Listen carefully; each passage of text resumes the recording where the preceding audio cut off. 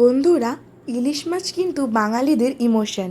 ইলিশ ভাপা থেকে শুরু করে সর্ষে ইলিশ হোক, ইলিশ পাতুরি হোক, বা কালো জিরে বেগুন দিয়ে ইলিশের ঝোলি হোক, এই সবকটা রেসিপিই যেন বাঙালিদের মনের সঙ্গে গভীরভাবে জড়িয়ে আছে।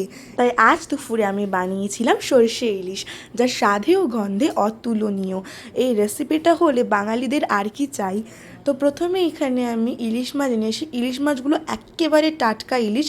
তো চলুন বানানো যাক সর্ষে ইলিশ। প্রথমে এখানে আমি লবণ হলুদ দিয়ে ইলিশ মাছগুলোকে ভালোভাবে মাখিয়ে নিয়েছি।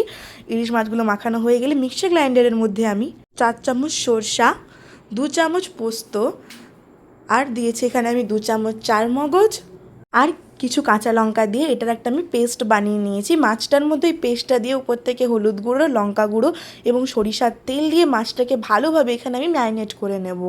দিয়ে মাছটাকে ঢেকে আমি কিছুক্ষণের জন্য রেখে দেব। কিছুক্ষণ পর গরম সরিষার তেলের মধ্যে চেরা কাঁচা লঙ্কা, কালো জিরে দিয়ে ম্যারিনেট করে রাখা মাছটা দিয়ে এক পাশটা কিছুক্ষণের জন্য ভেজে নেব।